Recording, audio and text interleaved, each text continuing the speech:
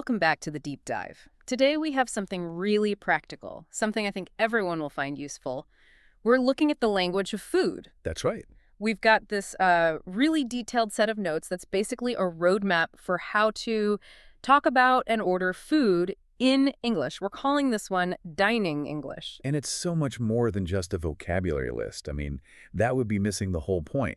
What we have here is a map of real-world situations. Exactly. So our mission today is to really dig into these notes. They start with, what people tend to eat for breakfast, lunch, and dinner. The cultural side of it. Precisely. Right. And then, and this is the crucial part, it breaks down the exact language you need for three very different scenarios. A proper sit-down restaurant, a fast food counter, and ordering delivery over the phone. Right. So the goal here is to get way beyond just, knowing the word for apple. We want to pull out those key bits of knowledge that let you walk into any of these situations and feel confident. You'll understand what people are eating, why they're eating it, is it for health, for comfort, and then exactly how to ask for what you want. It's the why and the how. The notes are structured so well for that. They give us the culture first, the personal preferences. Which gives you the context. Yes. And then it gives us the practical phrases for those three key situations. It's like learning in steps. It really is. It helps you see English as something you can actually use. Okay, let's unpack this then. We're going to start right at the beginning. Breakfast. Exploring the food choices people make gives us a baseline for all the common food words we're going to need. And the culture around them. Starting with breakfast, it's interesting. The notes immediately show us two completely different approaches. A real dichotomy. It really is. The first one is described as quick but healthy. Yeah. This is all about speed, It's fruit, like a banana or some strawberries, maybe some yogurt. And always a large cup of black coffee. Yes, that detail is important. It is, because quick and healthy are more than just descriptions. They're like signals for a whole lifestyle. The food choices themselves, fruit, yogurt, they take zero prep time. You just grab them and go. Exactly. And the black coffee, specifically, that's often about pure function. Just the caffeine, please. No time for milk or sugar. It's fuel. So the language reflects the routine. It's functional. You're fueling up for the day, and you're prioritizing speed and nutrients over anything else. Precisely. Now, contrast that with the second breakfast habit in the notes. It's like night and day. This one is all about being comforting. Comforting, yeah. I love that word choice. It's so different, isn't it? Here we're talking about toasted bread, butter, cheese, and maybe coffee with milk or just a glass of milk. The focus completely shifts. It's not about speed anymore. It's about satisfaction, warmth. That's it. And what's so fascinating is what this suggests about the morning routine. Toasted bread with butter and cheese.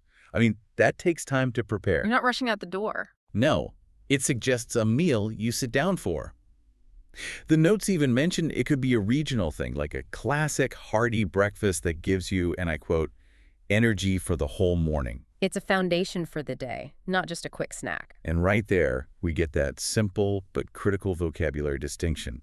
Black coffee versus coffee with milk. When you're in a cafe, that's one of the first things you have to say, right? Absolutely. It's a fundamental choice. So these two breakfasts, they kind of represent the two sides of modern life. You've got the functional, gotta-go meal and the traditional, comforting meal. Okay, so let's move on to the middle of the day, lunch. The notes say that lunch can sometimes be the biggest meal of the day. Which is interesting. It shows there's flexibility. For sure. And when lunch is the main event, the favorite meal described here is something filling and complete. And here's where we get a really clear idea of what complete means in this context. The favorite is rice and beans. A classic, yes. And it's paired with a lean protein like chicken or some simple grilled fish. And then a side salad, fresh tomatoes, green lettuce. So that's the formula. A starch, a protein, and a vegetable. That's what filling and complete means here. The vocabulary you need isn't just chicken, it's grilled fish, fresh tomatoes. The details matter. They do. But just like with breakfast, not everyone has time for a big sit-down lunch. And the notes are smart. They give us the quick options too. Right. So when you're in a hurry, the alternatives are a big sandwich, and it lists the ingredients. Ham, cheese, lettuce, onion. Or if it's a cold day, a warm soup. Vegetable soup, specifically. And there's that word again, comforting. It keeps coming up. It's a key emotional descriptor. But this contrast is so useful for learning English. For a big lunch, you need to describe a whole dish. For the quick option, you just need to list the ingredients in the sandwich. That's a great point. It's a totally different kind of language. One is about describing a prepared plate. The other is just Listing components, ham, cheese, onion, done. Exactly. The situation changes the language you need, which leads us perfectly into dinner. Dinner. This is where comfort really takes center stage, and it often comes down to a simple question. Do I feel like cooking tonight? That's the one. And the number one favorite dinner choice is, well, no surprise here, it's pizza. Of course. A big pizza, the notes say, with lots of cheese and pepperoni. Or a vegetarian option, it's the ultimate go-to comfort food. And the reason why is so important. Pizza is what you order when you don't want to cook. So the language here is about convenience, about ordering in. And the alternative, the home-cooked option, is pasta. Simple tomato sauce, fresh basil. But look at the detail here. It's cooked in a big pot, so there are leftovers. You can eat it for 2 days. I love that. It's about efficiency at home. Yes, it's the same theme we saw with breakfast. Dinner is a choice. It's either delivered comfort pizza night or it's practical time-saving cooking, with leftovers. So the vocabulary you need isn't just pepperoni or basil. It's understanding concepts like leftovers and planning your meals. That's real-life English. It really is. It's about how you manage your life through food.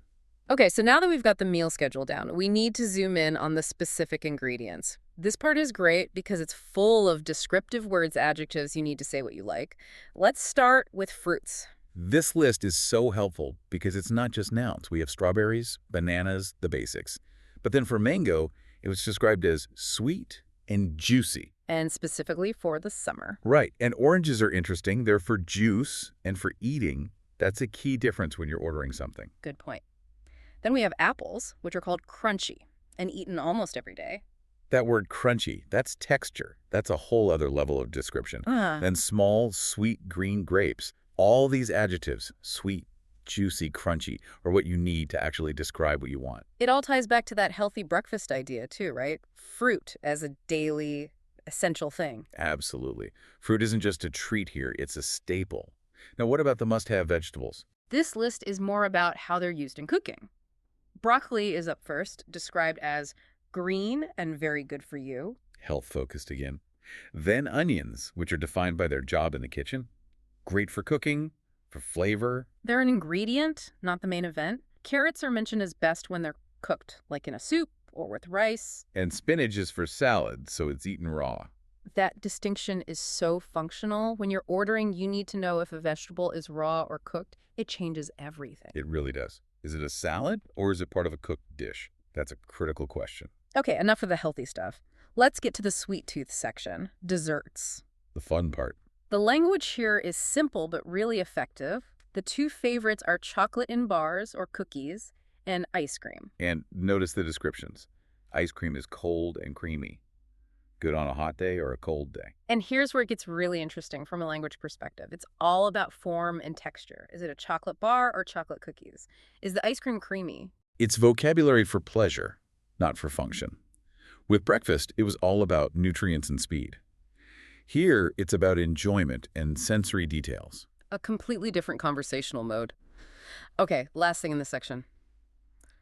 Drinks. Beyond just water and coffee. A good short list here. We have fresh orange juice and cold lemonade, which is described as refreshing. That word is key. And then soda, like cola, which is framed as a treat, but not every day. That's the cultural context right there. It tells you how to talk about it. It's an indulgence. And finally, green tea, which is good and relaxing. Another emotional descriptor. And notice the temperature is specified for lemonade, cold. When you order drinks, you often have to specify temperature. So this section gives you all the raw material, the words, the adjectives. Exactly. So now we have to see how to use it. We're moving into the action. The 3 ordering scenarios. First up, the most formal one. The traditional sit-down restaurant. This is where the conversation is very structured. It's almost like a script. It's all about politeness. So you walk in. What's the first exchange? It's with the host. You need to be clear and direct, but polite. The key phrase is, "A table for 2, please." Or, "A table for 4, please." Simple. And that word please does a lot of work. It sets the tone for the entire interaction. Then, once you're seated, you need the menu. The polite way to ask is, "Can I see the menu, please?" And the notes mention that menus can be big with so many choices. Which is why you have time in this scenario. You're expected to look it over, maybe even ask for a recommendation. Okay, so then the waiter comes over and asks, "Are you ready to order?" This is the main event. This is where you need those specific grammatical structures.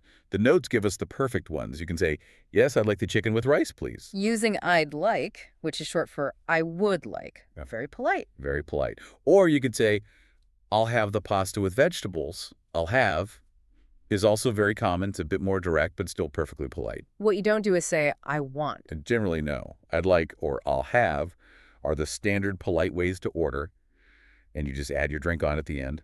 And a glass of water, please. Okay, but what if you don't know what something is? Or you have a dietary need? The notes mention someone who doesn't like spicy food. This is where your English needs to be really functional. If you don't recognize an item, it's okay to point and ask, what is this? And for dietary needs, You have to be direct. The examples are perfect. Is it spicy or does it have cheese? These aren't opinions. You're asking for facts about the ingredients. This is about making sure you can actually eat and enjoy your meal. it empowers you. You're not just ordering, you're managing your experience. Exactly. And then the final step, paying. Right, getting the bill. The notes point out a regional difference here. Yes, this is so useful. In the UK, you'd probably say, the bill, please. But in America, it's much more common to say, the check, please. Knowing both is a huge advantage. So that whole sequence, greeting, menu, ordering, clarifying, paying, it's a very clear, structured conversation. Very much so. Okay, now for a total change of pace. We're moving to counter service. Fast food, cafes. Here, speed is everything. A complete shift. The language gets much more direct. You walk right up to the counter. And the example phrases show that. "I'd like a hamburger and fries, please." It's faster, more to the point. And this situation introduces two questions that you will hear every single time. First, the server will ask about size. Small, medium, or large. You have to be ready with your answer. No hesitation. And then comes the famous question. For here or to go? If you learn one phrase for this environment, that's the one. It really is. Yeah. It means, are you eating in the restaurant or are you taking it with you? And the notes say the common answer is to go, please, because you're probably in a hurry. That phrase perfectly captures the mindset. Efficiency. The cafe is similar. You order at the counter from a menu on the wall. A small coffee, please, or I'd like a latte. But with coffee, you get more follow-up questions. Yes, those quick-fire questions. With milk or with sugar. And you just need to give a quick, clear answer, yes, please, or no, thank you. It's all about keeping the line moving. You can add on sides just as easily, right? Like a muffin. Absolutely. And one muffin, please. Maybe you specify the flavor. A chocolate chip muffin. The key is being specific and fast. It's totally different from the sit-down restaurant. So sit-down is about politeness and detail. Counter service is about speed and clear, simple answers. You've got it. Which brings us to our third and final scenario. Ordering delivery over the phone. This one adds new challenge because it's all audio. You can't see or point at anything. It demands total clarity. As the notes say, it's super convenient, but that convenience depends on you being very precise. So you call. What's the first thing you say? You have to state your reason for calling immediately. Hello, I want to order some food. Or if you know what you want, hello, I'd like to order a pizza. You get right to the point, Yeah. and then you place the order. And you have to be so clear about the details. The examples in the notes are great. Can I have one large pizza with cheese and pepperoni? Or 2 chicken burgers and 2 fries? You're emphasizing the numbers and sizes. You have to. Because they can't see you nodding or holding up fingers. It's all verbal. You have to speak clearly. Then comes the most critical part of the call. The logistics. They need to know where to bring the food. So you give your address very clearly.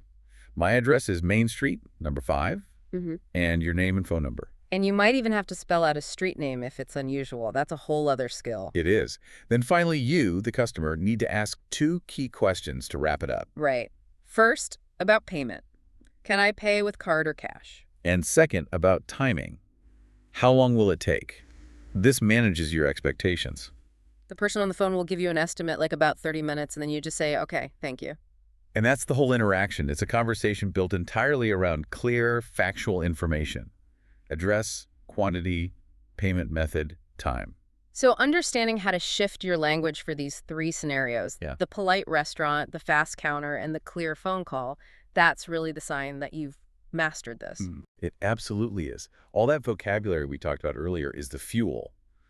But these conversational structures, these are the engines you put that fuel into. So if we just pull all that together, we've really covered a lot of ground. We looked at the culture of daily meals, the difference between quick, healthy food and warm, comforting food. We learn the words for specific textures, like a crunchy apple or creamy ice cream. And then we broke down the exact phrases you need for those three key environments, from the politeness of "I'd like" in a restaurant to the efficiency of "to go, please" at a counter. To the clarity you need to give your address over the phone. It's a complete toolkit. And connecting this to the bigger picture, I think the real value here isn't just knowing the words, it's understanding the flow of the conversation. Yes. Knowing when to be polite and descriptive versus when you need to be direct and factual. That's what gives you real confidence. Absolutely. That confidence is what it's all about. It lets you navigate any food situation anywhere. So here's a final thought for you to consider. The source material repeatedly pointed to pizza as the ultimate comfort food for dinner. A big one with cheese and pepperoni. Universal choice. It really is.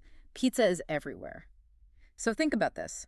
How does the ability to successfully order that specific pizza, customize the way you want it, across all three of our scenarios, sit down, counter, and delivery, how does that one skill act as a kind of universal test of your practical, real-world language mastery? That's a great way to frame it. Think about your own favorite comfort food, whatever it is. A specific kind of soup, a sandwich with everything on it. Can you use the three conversational structures we talked about today to order it? Can you handle the formal, polite version The fast, efficient version? and the clear, transactional phone call? If you can do that, you're not just speaking English. You're using it to live your life. That's the real measure of fluency. A perfect thought to chew on. Thank you for joining us for this deep dive into dining English. We hope this helps you order your next meal with total confidence. And we'll see you on the next deep dive.